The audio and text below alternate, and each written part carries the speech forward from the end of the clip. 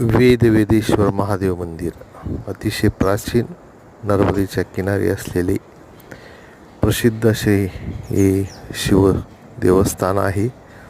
नर्मदेच्या अगदी किनाऱ्यावर निसर्गरम्य झाडाझुडपांमध्ये आपल्याला हे वेदेश्वर प्राचीन असे महादेव मंदिर या ठिकाणी पाहायला मिळते. अतिशय शांत निसर्गरम्य वातावरण नर्मदे हार.